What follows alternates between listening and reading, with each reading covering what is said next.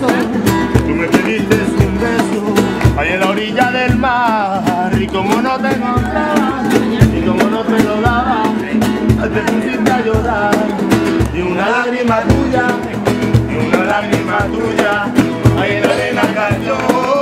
Y una ola tenida, y una ola tenida, se la llevó.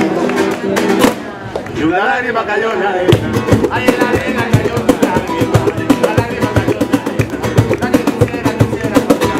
Y una lágrima cayó en la arena, que en la arena cayó una lágrima, y una lágrima cayó en la arena, la que quisiera. A mi amigo Blanco Herrera le pagaron su salario, sin pensarlo salió para malgastarlo.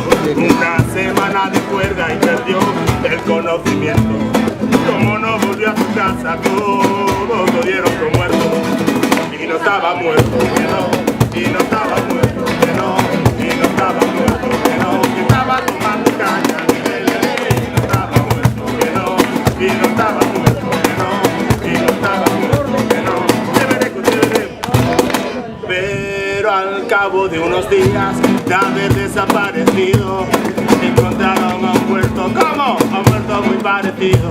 Le hicieron un gran velorio, le rezaron la novena, le perdonaron sus deudas y lo enterraron con pena. Y no estaba muerto, que no. Y no estaba muerto, que no. Y no estaba muerto, que no. Estaba tomando caña, y no estaba muerto, que no. Y no estaba muerto, que no. Y no estaba muerto, que no. Y un día se apareció, lleno de vida y contento, diciéndole a todo el mundo: ¡hey! Se equivocaron de muerto, qué lío que se